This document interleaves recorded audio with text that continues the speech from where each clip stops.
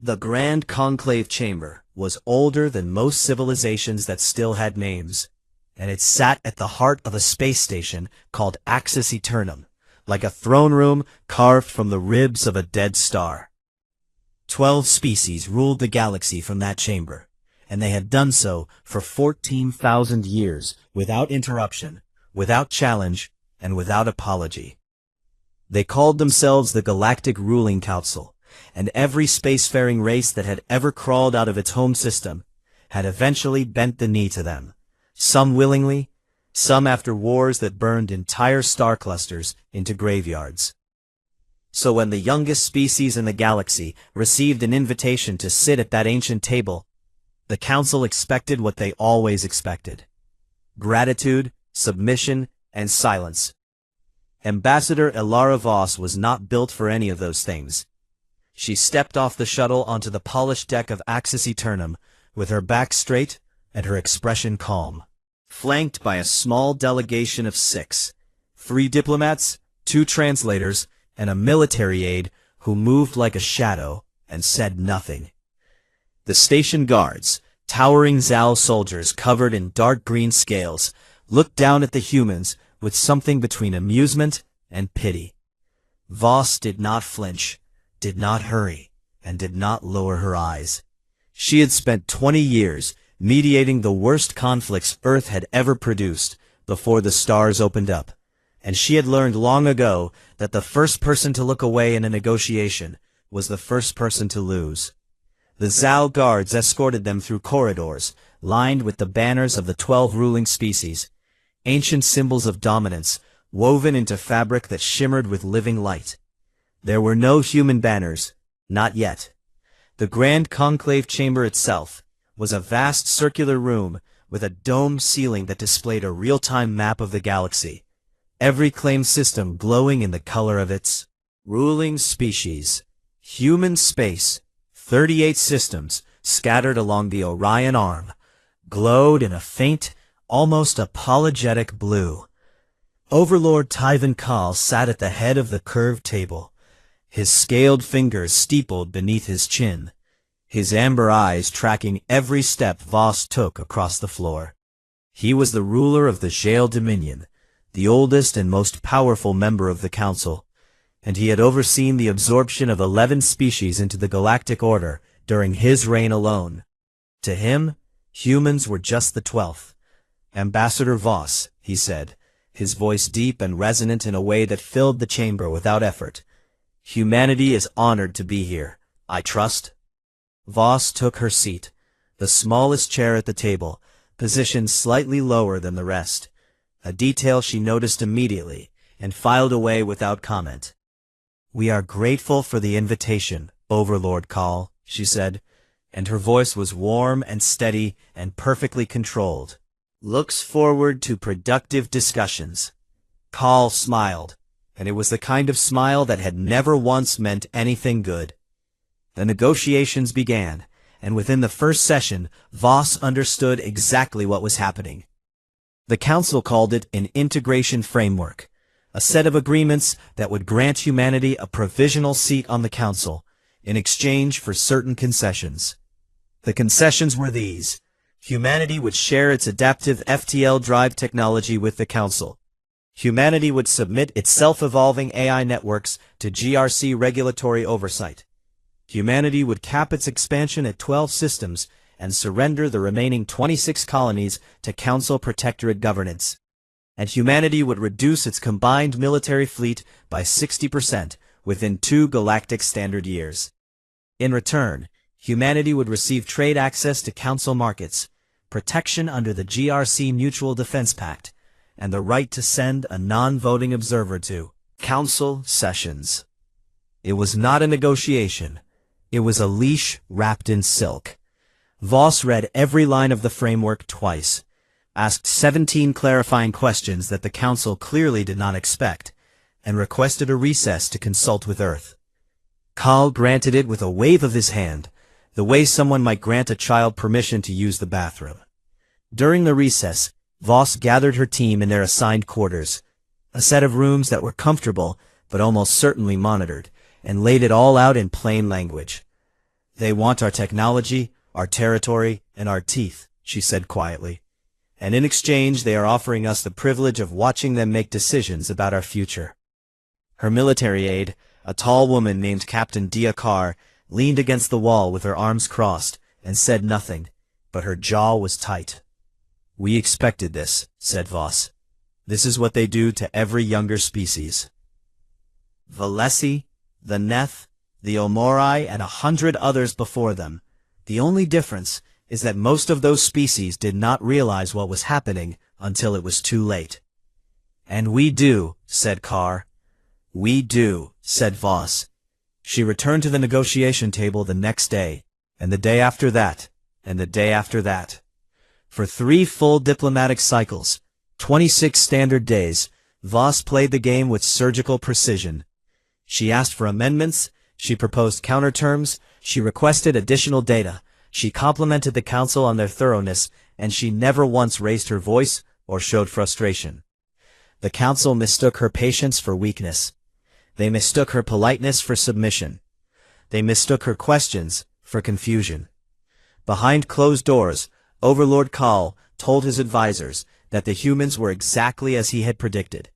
Clever enough to ask questions, but too young and too afraid to push back. He said with absolute confidence, "They always sign."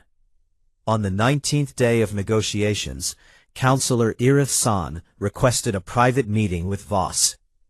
San was the representative of the Valesi communion, a species of natural empaths who could feel the emotions of other beings like weather patterns in the air. She was old, even by Valesi standards, and she was the only member of the council who had voted against the integration framework in the closed session. She met Voss in a quiet observation lounge overlooking the stars, and she studied the human ambassador with those large silver eyes that saw more than light. "You are not what you pretend to be," San said softly. Voss tilted her head and smiled. "I am exactly what I need to be, Counselor." "They do not negotiate with younger species," San warned, and there was something almost like grief in her voice. "They absorb them. They take what is useful and discard the rest. I have watched. It happened 9 times, and it never changes." Voss was quiet for a moment, and then she said something that Irith San would remember for the rest of her very long life. "We know." 2 words, spoken without fear, without anger, without hesitation. San felt the emotions beneath those words, and they made her scales rise along her neck, not because they were hostile, but because they were so perfectly, impossibly calm. It was the calm of deep water. It was the calm of someone who had already made their decision. That night, Ambassador Voss returned to her quarters, dismissed her team, and sat alone in front of a secure communications terminal. She typed a single word into an encrypted channel that bounced through 14 relay stations before reaching Earth. The word was chrysalis. Somewhere in the Sol system, a light turned on in a room that had been dark for a very long time, and the people in that room began to move. The days that followed were a masterclass in arrogance, and Alara Voss sat through every second of it with a face made of stone and a mind made of fire. The Galactic Ruling Council had spent 14,000 years perfecting the art of breaking younger species at the negotiation table, and they brought every tool in that ancient arsenal to bear against the humans. On the 27th day, Overlord Kahl presented a revised treaty. It was worse. The original framework had demanded that humanity share its adaptive FTL technology. The revised version demanded full surrender of all technical schematics within 1 galactic standard year, with GRC inspectors stationed permanently on every human research facility to ensure compliance. The original framework had called for a 60% reduction in human military forces. The revised version raised it to 70% and added a clause requiring the remaining human ships to be fitted with GRC tracking beacons at all times. The original framework had suggested protectorate status for human colonies beyond the approved 12. The revised version stripped those colonies of all self-governance and placed them under direct council administration, with GRC-appointed governors who would answer only to Axis Aeternum. And there was more. The Thoresi hegemony, a species of insectoid hive minds who controlled vast mineral reserves, added a trade tariff structure that would have made it nearly impossible for human merchants to operate outside their own systems without paying crippling fees. The Karathi Union, a militaristic species who had long viewed humans as potential rivals, demanded the right to conduct annual inspections of all human shipyards and weapons facilities. The Zale Dominion itself added a cultural harmonization clause, a polite term for the forced adoption of council customs, educational standards, and social structures across all humans. Worlds. It was not integration. It was erasure. Voss listened to every word. She took notes on a datapad with steady hands. She asked clarifying questions in a voice that never wavered. Could you specify the timeline for the cultural harmonization programs? And would the trade tariffs apply to humanitarian aid shipments as well? And are the genetic cataloging requirements mandatory for all human citizens, or only those residing outside the approved 12 systems? That last question, about genetic cataloging, was new, and it landed in the chamber like a cold blade. The revised treaty included a provision requiring all humans to submit to genetic profiling and registration, ostensibly for biosecurity purposes, but in reality a tool that had been used before to monitor and control absorbed species at the biological level. Voss asked her question about it with the same calm tone she used for everything else, shifted uncomfortably in their seats, because even they knew it was an ugly clause. But no one objected. No one ever objected to Kal. After the session ended, Voss requested another recess, and Kal granted it with the same dismissive wave. He was enjoying this now, the slow tightening of the noose, the way the humans kept coming back to the table like animals that did not understand the trap was already closed. In his private chambers that evening, Kal poured himself a drink from a crystal decanter that was older than human civilization, and laughed. The humans bend like wet grass, he told his chief advisor, a scarred Shael general named Vorath. They have no spine for confrontation. They ask their little questions and take their little notes, and then they come back the next day, ready to ask more little questions. This will be the easiest annexation in council history. Vorath, who had actually fought humans during a brief border skirmish 6 years earlier, said nothing. He had seen what human soldiers could do in close combat, and he had watched a human frigate crew repair their own ship mid-battle, using nothing but emergency welding kits and sheer stubborn refusal to die. He did not think the humans were bending. He thought they were coiling, but he kept that thought to himself, because Overlord Kal did not appreciate disagreement. Across the station, in the quiet observation lounge, where the stars burned cold and endless beyond the glass, Counselor Irith San sat alone and tried to understand what she was feeling. As an empath, she experienced the emotions of other beings the way most species experience sound, as waves that washed over her, sometimes gentle, sometimes overwhelming. The humans gave off a frequency she had never encountered before in 400 years of life. It was not fear. She knew fear intimately, had tasted it from a dozen species sitting in that same chamber, watching their futures be carved up and handed to strangers. It was not desperation, or confusion, or even anger. It was something cold and bright and perfectly structured, like a crystal growing in absolute darkness. It was resolve. Not the fragile resolve of someone trying to be brave. The deep, ancient, immovable resolve of a species that had survived ice ages and plagues and world wars, and the silence of a universe that had given them nothing and made them earn every single breath. San found Voss in the corridor outside the human quarters, and stopped her with a gentle hand on her arm. "Ambassador," she said, and her silver eyes were wide, I can feel what you are. I can feel what all of you are. And it does not match what you are showing them in that chamber. Voss looked at her for a long moment. What do you feel, counselor? You are not afraid, San whispered. Why are you not afraid? They are going to take everything from you. You. Voss smiled, and it was the saddest and most dangerous smile San had ever seen on a living face. Because fear is what you feel when you do not have a plan, Voss said quietly. And counselor, we have had a plan since before we walked through that door. She gently removed San's hand from her arm and disappeared into her quarters. And across human space, invisible to every sensor the GRC possessed, the plan was already moving. Operation Chrysalis had been designed 7 years before the Council's invitation ever arrived, built by a team of military strategists, economists, AI specialists, and game theorists who had studied every single integration the GRC had ever conducted and mapped every pattern, every pressure point, every weakness. Admiral Raj Marin, commander of Earth's combined fleet, received the Chrysalis activation code aboard his flagship, the UECS Prometheus, which sat in deep orbit 3 light-years from Axis Eternum, surrounded by 200 warships running silent. He read the code and felt nothing but calm.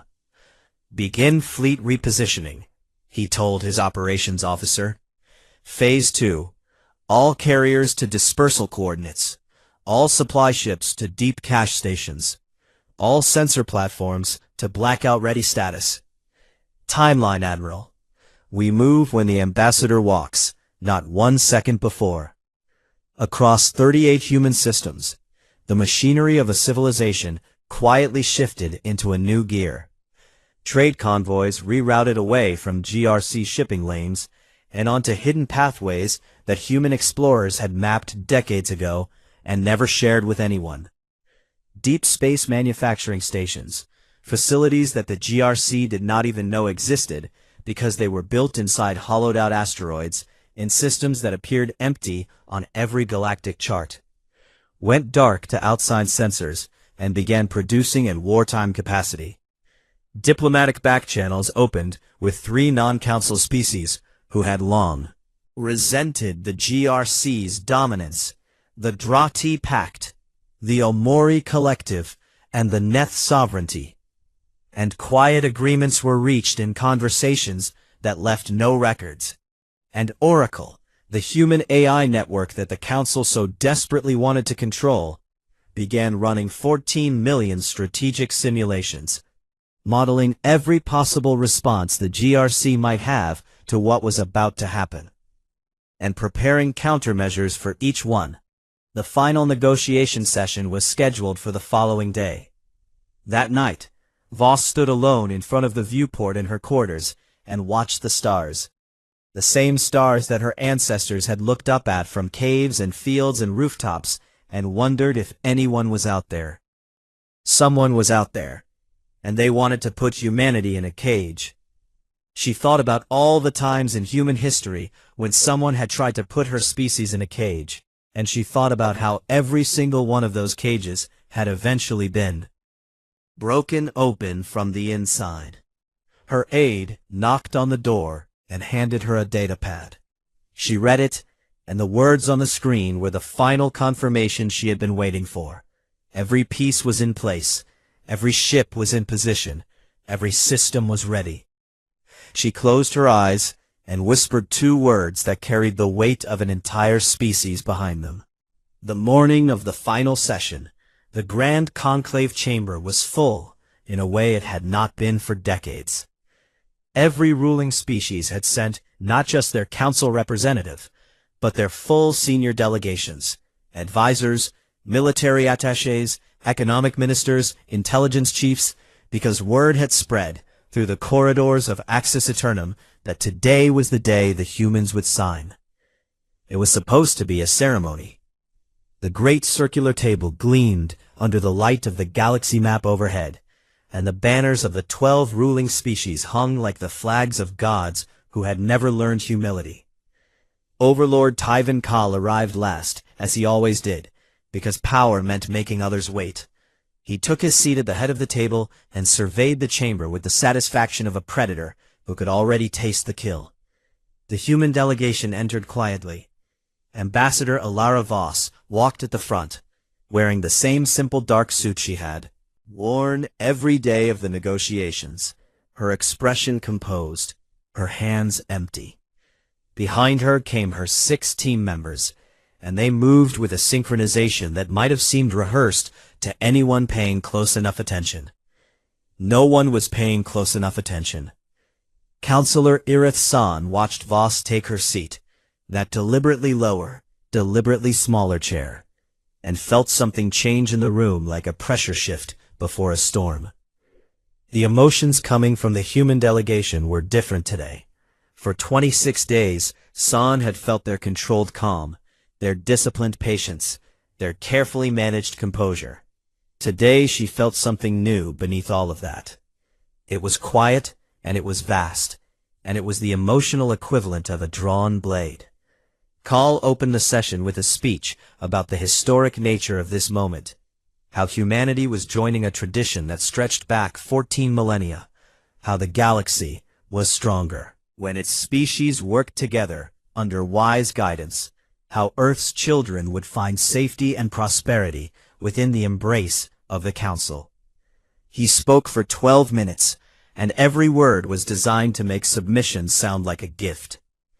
When he finished, he slid the final draft of the integration treaty across the table toward Voss.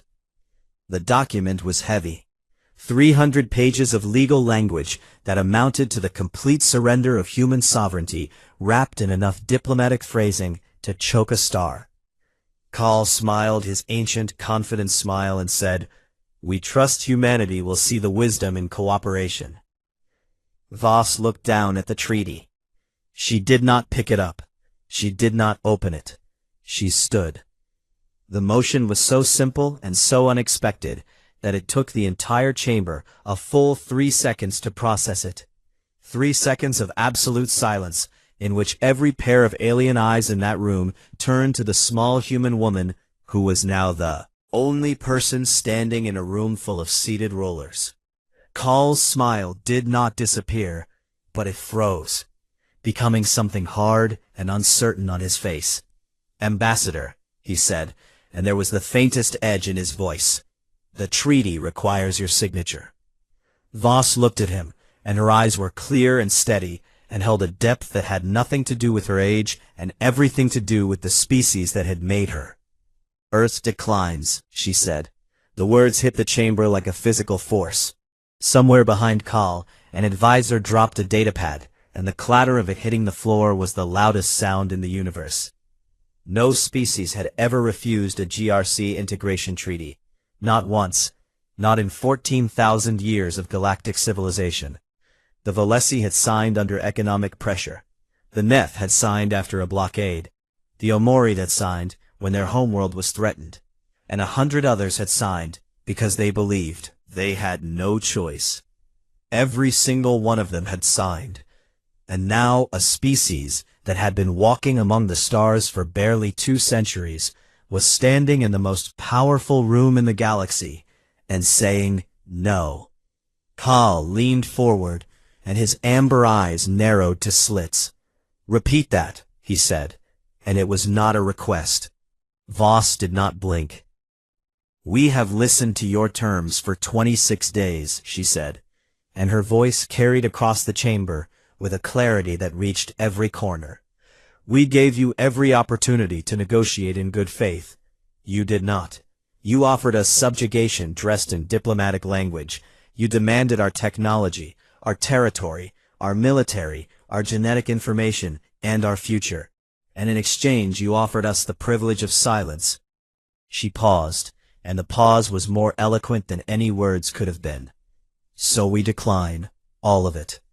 She reached into her jacket and removed her diplomatic credentials, formal identification that marked her as Earth's representative to the Galactic Ruling Council, and she placed them gently on the table next to the unsigned treaty. Then she turned and walked toward the door. Behind her, Every member of her delegation stood in unison, a single coordinated motion that had clearly been planned to the second, and they followed her. Their footsteps echoed in the stunned silence of the chamber like a heartbeat. Kal shot to his feet, so fast that his chair scraped against the floor with a sound like tearing metal. "You cannot leave," he snarled, and for the first time in the negotiations, his composure cracked, and the predator beneath the diplomat showed its teeth. "No species leaves this table. You will sit down and you will sign, or there will be consequences that your little civilization cannot imagine." Voss did not stop walking. Counselor Irith San rose from her seat with alarm flooding through her empathic senses. Not from the humans, never from the humans, but from every other species in the room whose emotions had gone from smug confidence to pure panic in the space of a single breath. "Ambassador," San called out, and her voice shook despite herself. "If you leave, the Council will view this as an act of hostility."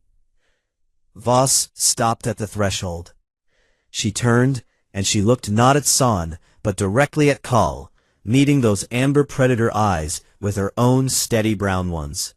"No," she said, and her voice was quiet now, almost gentle, in a way that was somehow more terrifying than shouting. "An act of hostility is what comes next if you follow us." She held his gaze for exactly 2 seconds, long enough to make sure he understood that she was not bluffing, not posturing, and not afraid. And then she turned and walked through the doors. They sealed behind her with a sound that seemed far too final for simple metal meeting metal. Erupted. 12 species began shouting at once in a dozen different languages, and the translators could barely keep up, as rulers who had not raised their voices in centuries screamed at each other about what had just happened. Kal roared for order, demanded that the human delegation be detained, ordered his Zael guards to intercept their shuttle. But the guards reported back within minutes that the humans were already aboard and burning hard for their fleet at maximum thrust. The shuttle had been prepped for emergency departure before the session even began. They had known. They had known this was how it would end, because they had planned it from the start. Irith San sank back into her chair, while chaos swirled around her, and she focused her empathic senses outward, past the walls of the chamber, past the hull of the station, reaching toward the human ships that orbited in the darkness beyond. What she felt there made her blood turn cold. It was not panic, not confusion, not the frantic scramble of a species that had just made a terrible mistake. It was anticipation. It was the deep, fierce, unified anticipation of millions of humans who had been waiting for exactly this moment. Soldiers and engineers and doctors and farmers and teachers and children, all of them connected by a shared understanding that their ambassador had just done what humanity had always done when faced with chains. She had said no, and she had walked out, and every human alive knew what came next, because it was written in their blood and their history and the very core of what they were. They did not kneel. They had never knelt. They would never kneel. San whispered to herself in the ruined silence of her own mind. What have we done? And then, across the galaxy, in every system where humanity had placed an embassy, on every station where a human diplomat shook hands with alien counterparts, in every corridor of power where humans had smiled and been polite and played the game, every single one of those embassies transmitted a simultaneous message to their host governments. The message read, "Humanity withdraws from all Galactic Ruling Council accords, effective immediately." Then the channels went dead. Every single one, all at once, and the galaxy had never heard a silence so loud. The Galactic Ruling Council expected war. Every model they ran, every strategic simulation their military minds could produce, every historical precedent they studied, all of it pointed toward the same conclusion. A species that rejected the Council would strike first and strike hard, because that was what cornered animals did.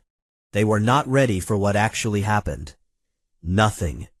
In the first 48 hours after the walkout, the GRC mobilized the largest combined fleet in galactic history. Over 12,000 warships drawn from every council species, bristling with weapons that could crack moons and boil oceans. Overlord Kal placed himself at the head of the armada aboard his flagship, the Zyle Dreadnought Eternal Wrath, and waited for the first human attack to come screaming out of the dark. It did not come. In the first week, human trade ships vanished from every galactic shipping lane, as if they had never existed. Tankers, courier vessels, passenger liners, all of them gone, recalled into human space through routes that did not appear on any GRC navigation chart. In the second week, every human embassy across the galaxy stood empty and dark. Their doors sealed, their systems powered down, their staff long departed through exit plans that had clearly been prepared months in advance. In the third week, human communication relays went offline, one by one, a cascade of silence that spread across the Orion Arm, like a wave. And when GRC intelligence tried to peer into human space with their long-range sensors, they found nothing but static. The humans had deployed a network of sensor-blocking satellites along the borders of their territory. Satellites that the GRC had never detected because they had been built to look like debris, like dead rocks, like nothing at all. And behind that curtain of electronic darkness, 38 star systems disappeared from the galaxy as completely as. If they had been erased, human space became a black box, and then the real damage began. It started with the shipping lanes. Over 2 centuries of spacefaring civilization, human navigators had quietly developed the most efficient FTL routing algorithms in the galaxy, software that calculated optimal jump paths through the complex gravitational landscape of the Milky Way with a precision that no other species had matched. 60% of all galactic trade routes ran on those algorithms. When the humans left, they took their software with them, and the shipping lanes that had run like clockwork for decades suddenly became inefficient, unreliable, and in some cases dangerous, as ships were forced to use older, slower navigation systems that added days or weeks to every journey. Trade slowed to a crawl. Then the medical crisis hit. Human biotech, specifically the biosynthetic medical systems that human engineers had developed and exported. Across the galaxy was standard equipment in hospitals on over 200 worlds. Human-designed organ printers, human-engineered surgical nanobots, human-created pharmaceutical synthesis platforms. All of it ran on proprietary human software that required periodic updates from Earth's medical networks. Those updates stopped. Within a month, hospitals on dozens of worlds began reporting equipment failures, drug shortages, and the slow degradation of systems that no one else knew how to maintain, because the humans had always been there to fix them. On the agricultural front, it was even worse.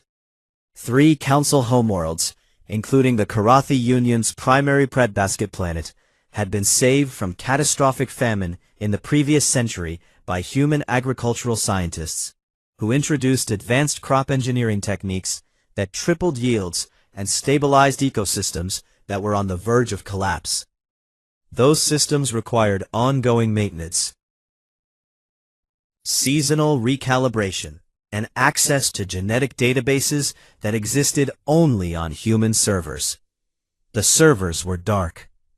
The crops began to fail within 6 weeks, and through all of it, through every cascading failure, and every desperate scramble to find replacements, and every emergency session of the council, where rulers shouted at each other about whose fault this was, the humans remained completely and utterly silent. They did not threaten. They did not gloat. They did not make demands. They simply were not there anymore. The economic impact was staggering. GRC economists projected a 12% contraction in galactic GDP within 3 months, rising to 25% within a year if the situation was not resolved. Numbers that would have been unthinkable a month ago, because no one had realized just how deeply human technology and human expertise had woven itself into the fabric of galactic civilization. No one had noticed because the humans had been quiet about it. They had not boasted or leveraged or threatened.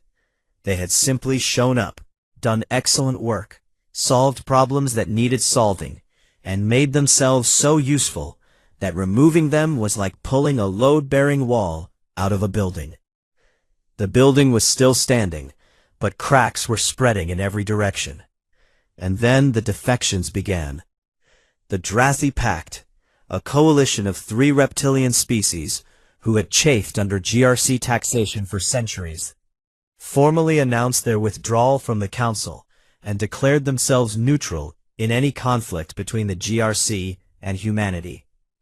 The Omorai Collective, a gentle, scholarly species who had been quietly resentful since their own forced integration 4,000 years ago, followed the Drathi within a week, issuing a statement that said simply, "We no longer have confidence in the Council's leadership or its vision for the galaxy." Culture, that had never forgiven the Council for the blockade that forced their submission, broke away 3 days after the Omori and went further, openly establishing trade relations with the edges of human space through intermediaries that the GRC could not track. The Council was fracturing, and Kal could not stop it. He raged in the war room of his flagship, surrounded by admirals and generals who had no enemy to fight, and demanded a military response. Send the fleet into human space, breach the censor curtain, and force the humans back to the table at gunpoint. His own chief admiral, the scarred veteran Vorath, who had fought humans once and remembered it vividly, laid out the strategic reality in terms that could not be argued with. They had no intelligence on what was behind the censor curtain, no fleet positions, no defense layouts, no knowledge of what the humans had been building in those hidden asteroid factories.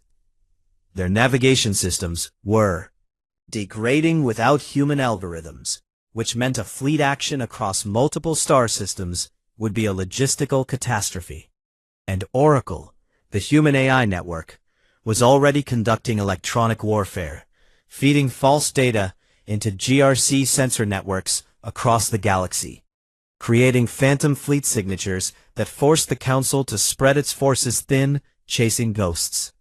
"If we go in blind," Vorath said, and his voice was heavy with the weight of a soldier who knew what a mistake looked like, "we will lose ships, many ships, and we will not even know where the enemy is until they are already behind us." Kal demanded alternatives, and Vorath had none. No one had alternatives. Because the humans had not attacked, and had not threatened, and had not done anything that the GRC could point to as aggression. They had simply left, and leaving was not a crime, and declaring war on a species for the act of walking away would shatter whatever legitimacy the Council still had. Irid San addressed the Council in a rare public session, standing before the same table where Voss had placed her credentials. And her voice trembled with an emotion that every empath in the chamber recognized as shame. "We tried to cage a species that spent its entire history escaping cages," she said.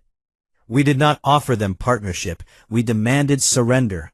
And now we are paying the price not of their cruelty, but of our own arrogance. The humans have not fired a single weapon, and yet we are losing this war because it was never a war. It was a lesson, and we are the students." Kal dismissed her words as emotional weakness and ordered the Council to find solutions. But there were no solutions that did not begin with the same uncomfortable truth. They needed the humans more than the humans needed them. And inside the silent black box of human space, life went on. The colonies were self-sufficient, beginning quietly, carefully, by planners who had always known that this day might come. Admiral Marin's fleet stood ready, but restrained, a coiled spring that would only release if the GRC was foolish enough to cross the line. And Ambassador Voss worked from a quiet office on the colony world of New Geneva, coordinating with the breakaway species, building the framework of a new economic network that did not need the GRC, did not answer to the GRC, and would never bow to the GRC. 4 months into the silence, Overlord Call sat alone in his chambers aboard the Eternal Wrath, and stared at a galaxy map that looked nothing like it had 4 months ago. His comm system chimed with an incoming message, unencrypted, sent openly, with no attempt to hide its origin. It was from Ambassador Alara Voss. It contained a single line: "When you are ready to speak as equals, you know where to find us." Call read it 7 times. Very long life. He did not know what to do. 6 months after the walkout, the galaxy was a different place. The Galactic Ruling Council still existed on paper, but it was a hollow thing now. A shell of authority with cracks running through every wall and every alliance and every assumption that had held it together for 14,000 years. 2 more species had defected since the Drothi and the Omori and the Neth. The Tessari Combine, a trading civilization that could not survive without functioning shipping algorithms. And the Thale Ascendancy, a once proud empire that had watched its hospital systems fail and its people suffer, and decided that loyalty to a dying order was not worth the price. The coalition that had formed around humanity, still informally called the Open Accord, now represented nearly a third of galactic civilization by population, and almost half by economic output. And the GRC's economy was in freefall. Worlds that had depended on human agricultural technology were rationing food. Worlds that had depended on human medical systems were watching life expectancy drop for the first time in centuries. And the shipping lanes were so degraded that goods that once took days to deliver now took weeks. Overlord Tivaean Call's Zael Dominion, the beating heart of the Council, was facing something it had never faced in 9,000 years of supremacy: internal revolt. 3 Zael colony worlds had sent formal petitions to the Dominion Senate demanding that Call negotiate with the humans immediately. And when those petitions were ignored, the colonies began refusing to pay their imperial taxes. Call was not just losing the galaxy, he was losing his own people. So on a cold morning in the 6th month of the silence, Call did something that no Zael overlord had done in living memory. He asked for help. The formal request for renewed negotiations was transmitted to Ambassador Voss through a chain of intermediaries. Sovereignty, who passed it to the Omori Collective, who passed it to the Drothi Pact, who delivered it to the Human Diplomatic Office on New Geneva. It was phrased with as much dignity as Call could muster, which was considerable, but the underlying message was unmistakable. Please come back. We cannot do this without you. Voss read the request, set it down, and thought for a long time. Then she did something that made every political strategist in human space either cheer or wince. She made it public. Her acceptance of the negotiation request was broadcast on every galactic communication channel simultaneously, open, unencrypted, available to every species with a receiver. And it included a full transcript of Call's original request, so that every civilization in the Milky Way could see that the most powerful ruler in galactic history had asked humanity to return to the table. It was not cruelty, it was transparency. Every species watching, because what she was about to build was not just for humans, it was for everyone who had ever been told to kneel. The negotiations would not take place on Axis Eternum. Voss specified the location in her public broadcast: the human flagship UECS Prometheus, currently stationed in the Arcturus system, which sat right on the border between human space and the wider galaxy. It was a deliberate choice, and everyone knew it. The GRC rulers would come to humanity this time. Admiral Raj Marin spent 3 days preparing the Prometheus for its role as a diplomatic venue, and he did so with the meticulous care of a man who understood that every detail would send a message. The corridors were spotless, the crew was in full dress uniform, and the ship hummed with the quiet, confident energy of a civilization that had spent 6 months proving it could stand alone. When the GRC delegations arrived, shuttles carrying the rulers and senior representatives of every remaining council species, they docked in the Prometheus's main hangar bay and stepped out into a space that was designed to impress without intimidating. Human officers lined the walkway in perfect formation, their postures straight, their faces calm, their discipline absolute. The GRC rulers walked past them in silence, and every single one of them noticed the same thing. These humans were not afraid, were not aggressive, were not gloating. They were simply ready. Overlord Kaal walked at the front of the council delegation, and he kept his expression neutral, but his amber eyes moved constantly, taking in details. The unfamiliar technology integrated into the ship's walls, the quiet efficiency of the crew, the subtle but unmistakable signs that this vessel was far more advanced than anything the GRC had seen from humanity before. The ship's AI, a branch of Oracle designated Oracle 7, greeted each ruler individually as they entered the conference chamber, speaking their names in their native languages with perfect pronunciation and a warmth that was unsettling precisely because it felt genuine. "Welcome aboard the Prometheus, Overlord Kaal," Oracle 7 said in flawless high Xyle. "Ambassador Voss is ready for you." Kaal said nothing, but his jaw tightened. The conference chamber was circular, like the Grand Conclave chamber on Axis Eternum, but with one critical difference. Every seat was the same height. Voss stood at the center of the room, not at a table, but on an open floor, and she waited until every ruler was seated before she spoke. "Thank you for coming," she said, and her voice was the same calm, steady instrument it had always been. "I know this was not easy for many of you, and I respect the courage it took to be here." She paused, letting the word courage land where it needed to land, on the ears of rulers who had never in their lives been told that. Needed courage to sit in a room with a younger species. 6 months ago, I walked out of this negotiation because you offered us chains, she continued. Today, I am not here to put chains on anyone else. I am here to make sure no one ever has to wear them again. She activated a holographic display that filled the center of the room with light, and she presented humanity's framework. Not demands, not ultimatums, but a blueprint for something entirely new.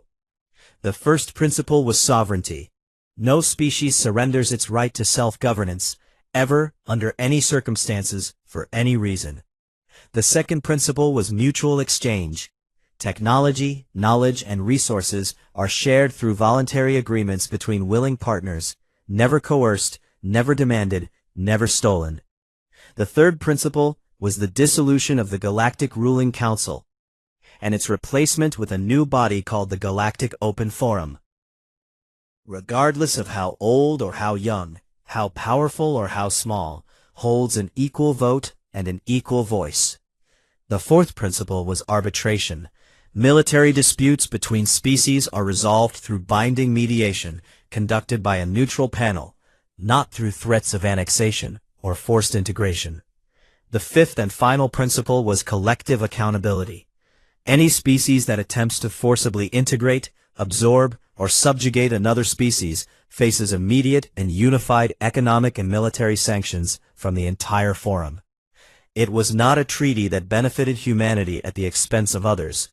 It was a treaty that made the thing that GRC had always claimed to be, a cooperative galactic community, actually real. Several council rulers stared at the holographic text with expressions that ranged from disbelief to grudging admiration to barely concealed fury. Kaal studied the framework with his amber eyes and said nothing for a very long time. Korathi representative, a massive armored figure who had spent decades enforcing council will through military intimidation, spoke first. "You would strip us of our authority." Voss shook her head. "You would keep every bit of authority over your own people and your own space. What you would lose is authority over everyone else's."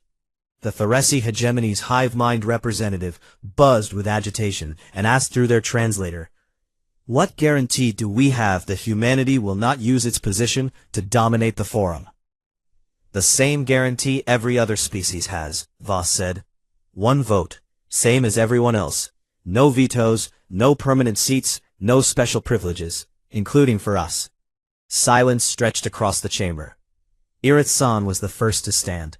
She walked to the document terminal without a word, pressed her palm to the scanner, and added the Valesi Communion seal to the framework. Then she turned to face the room. Said quietly, "This is what we should have built 14,000 years ago." One by one, they followed.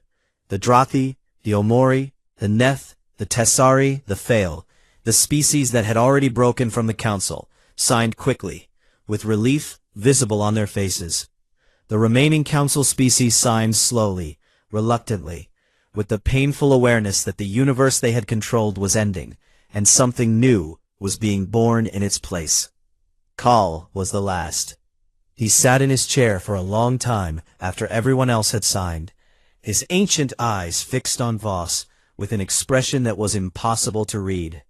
Then he stood, walked to the terminal and pressed his seal into the document with the deliberate finality of a man closing a book he had been reading for his entire life.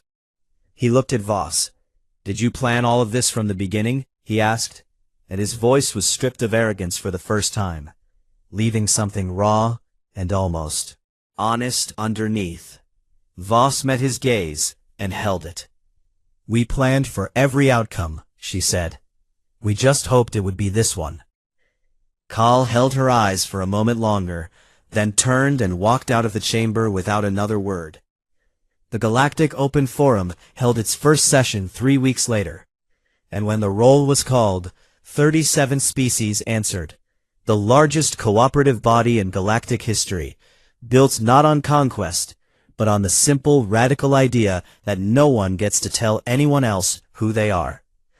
That evening, long after the celebrations had quieted and the diplomats had returned to their ships, and the galaxy had begun the long, uncertain, hopeful work of becoming something better than it was, Counselor Irith San sat alone in her quarters aboard a Valesi transport and opened her private journal.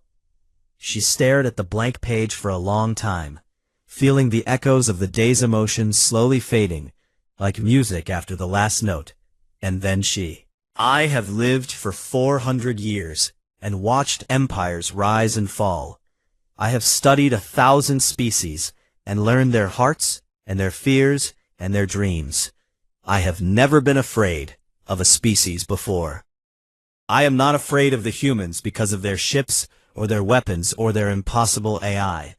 I am afraid of them because they walked into a room full of gods, were told to kneel, and simply said, no.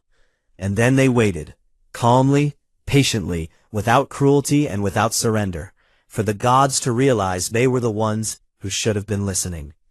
I asked Ambassador Voss once, what makes humans different from every other species the Council has tried to absorb?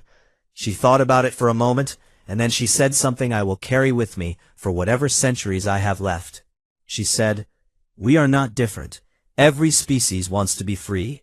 We are just the first ones stubborn enough to walk out the door and trust that universe would eventually agree with us. She was right. The universe agreed. San closed her journal and looked out the viewport at the stars. The same stars that had watched civilizations rise and fall for billions of years without comment. Tonight, they seemed brighter than she remembered, as if even they were paying attention.